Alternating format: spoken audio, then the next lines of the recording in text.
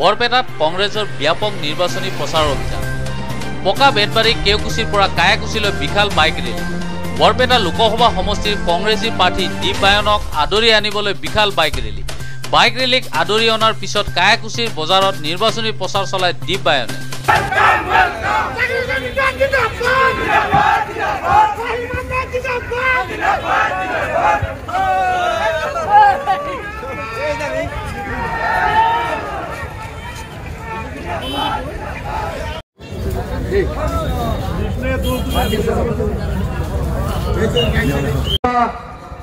কেতিয়াবা বৰপেটালৈ আহিলে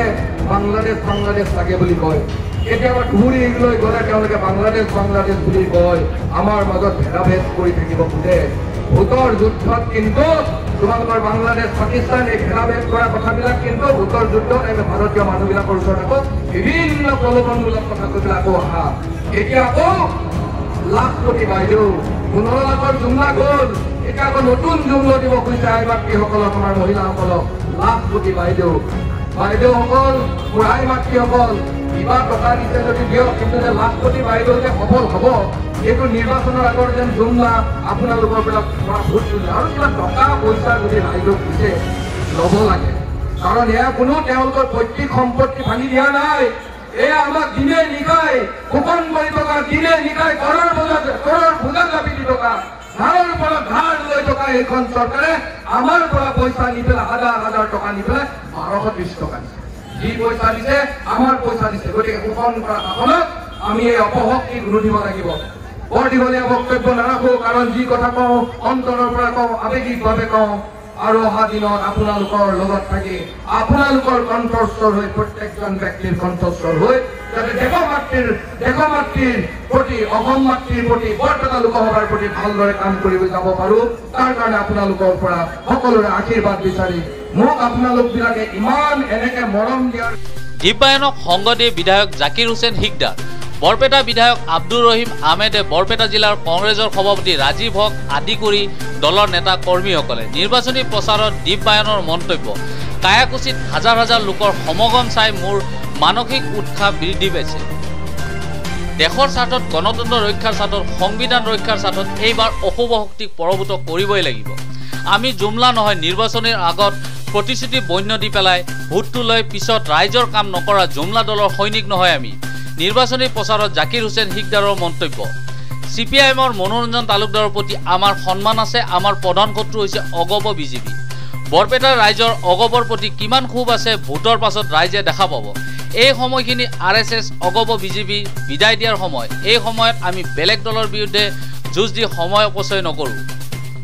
ফণীভূষণ চৌধুৰীক ৰাইজে বিপুল ভোটত পৰাজিত কৰিব তাৰ কাৰণে আমি কংগ্ৰেছ দলে কাম কৰি আছোঁ 13 সমষ্টিত কংগ্ৰেছৰ প্ৰাৰ্থী আৰু এটাত লুৰিণজ্যোতি গগৈক ৰাইজে আশীৰ্বাদ দিব বুলি মন্তব্য আগবঢ়াই হিকদাৰে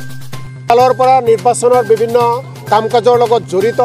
NSY ইউথ কংগ্ৰেছৰ পৰা বিভিন্ন নিৰ্বাচন দেখি আহিছোঁ আজি দীপ বায়ন ডাঙৰীয়াই প্ৰথমবাৰৰ বাবে যেতিয়া প্ৰৱেশ কৰিলে ৰাইজৰ মুখত বা চকুত মই যিখিনি দেখা পাইছোঁ মোৰ নিৰ্বাচনী অভিজ্ঞতাৰ পৰা কৈছোঁ এইবাৰৰ ফলাফল যথেষ্ট ভাল হ'ব দীপ বায়ন ডাঙৰীয়া কংগ্ৰেছক ৰাইজে বহুত গুণে আশীৰ্বাদ দিব এইবাৰৰ নিৰ্বাচন নৰেন্দ্ৰ মোদীক বিদায় দিয়াৰ নিৰ্বাচন এইবাৰৰ নিৰ্বাচন বিজেপিক বিদায় দিয়াৰ নিৰ্বাচন এইবাৰৰ নিৰ্বাচন মূল্যবৃদ্ধি ৰোধ কৰাৰ কথা কৈ মূল্যবৃদ্ধি বৃদ্ধি কৰা সকলক বিদায় দিয়াৰ নিৰ্বাচন এইবাৰৰ নিৰ্বাচন বিদেশী খেদাৰ কথা কৈ বিদেশী আনাসকলৰ বিৰুদ্ধে নিৰ্বাচন গতিকে এই নিৰ্বাচন নিশ্চিতভাৱে এই নিৰ্বাচন কংগ্ৰেছ দলৰ লগে লগে ৰাইজেও খেলিব বিজেপি এজেপিৰ বিৰুদ্ধে বৰপেটা লোকসভাত ফণীভূষণ ডাঙৰীয়াক প্ৰাৰ্থিত্ব দিছে তেখেতে এজন জ্যেষ্ঠ ব্যক্তি ইচ্ছাৰ বিৰুদ্ধে তেওঁক প্ৰাৰ্থিত্ব দিছে তেওঁৰ চকু পানীয়ে প্ৰমাণ কৰি দিছে যে এই নিৰ্বাচনত তেওঁ যে জিকিব নোৱাৰে গতিকে আপোনালোকৰ জৰিয়তে সমূহ বৰপেটা লোকসভাবাসীৰ পৰা আশীৰ্বাদ বিচাৰিছোঁ দীপ বায়ন ডাঙৰীয়াৰ কাৰণে আশীৰ্বাদ বিচাৰিছোঁ ভাৰতবৰ্ষৰ পৰা যাতে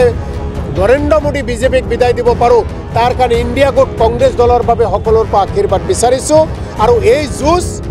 যুঁজ হ'ব আৰু এই যুঁজত ৰাইজে কংগ্ৰেছ দলৰ প্ৰাৰ্থী দীপ বায়ন ডাঙৰীয়াক বিপুল ভোটত জয়যুক্ত কৰিব CPIMৰ প্ৰতি আমাৰ সন্মান আছে মনোৰঞ্জন দা বয়সত জ্যেষ্ঠ একেলগে বিধায়ক সন্মান আছে বাছ ইমানখিনিয়ে তেখেতেও নিৰ্বাচন খেলি আছে আমিও নিৰ্বাচন খেলি আছোঁ গতিকে নিশ্চিতভাৱে আমাৰ প্ৰধান শত্ৰু হৈছে AJP বিজেপি আমাৰ প্ৰধান গোটেই দেশখনত আমাৰ শত্ৰু বিজেপিক বিদায় দিব লাগে, NDAৰ অংশীদাৰসমূহক বিদায় দিব লাগে, অসমত বিশেষকৈ AGPক বিদায় দিব লাগে। অসমত BJP AGP একেলগে খেলি আছে। বৰপেটা লোকসভাৰ মানুহে AGPৰ প্ৰতি কিমান ক্ষোভ আছে আপোনালোকে ভোটৰ মাজত দেখা পাব। গতিকে এই সময়খিনি RSS AGP BJPক বিদায় দিয়াৰ সময়। এই সময়খিনিত আমি আৰু আমাৰ শক্তি বেলেগৰ বিৰুদ্ধে যুঁজ কৰি অপচয় কৰিব নিবিচাৰোঁ। একবাৰে চিধা কথা ফণীভূষণ চৌধুৰীক বিপুল ভোটত হৰাব লাগে, তাৰ কাৰণে আমি সকলোৱে কাম কৰি আছোঁ। আমি দীঘলীয়া কাৰ্যসূচী চলি আছে। দীঘলীয়া কাৰ্যসূচী মতে আমাৰ সকলোতে আমি নিশ্চিতভাৱে এনেকুৱা জনসমাদৰ লাভ কৰিম। আৰু দিন যোৱাৰ লগে লগে আজি আপোনালোকে কয়াকুছিৰ মাটিত যিখিনি দেখিছে, ইয়াৰ পিছত আকৌ দিব্যান ডাঙৰীয়া যেতিয়া সৰুক্ষেত্ৰত আহিব বা পাকা বেবৰেত আহিব, ইয়াতকৈ আকৌ আপোনালোকে দুগুণ মানুহ দেখা পাব। নিৰ্বাচনৰ দিন যিমানেই চুমু চাপি আহিব, সিমানেই ৰাইজৰ ভিৰ কংগ্ৰেছৰ পক্ষত বাঢ়িব।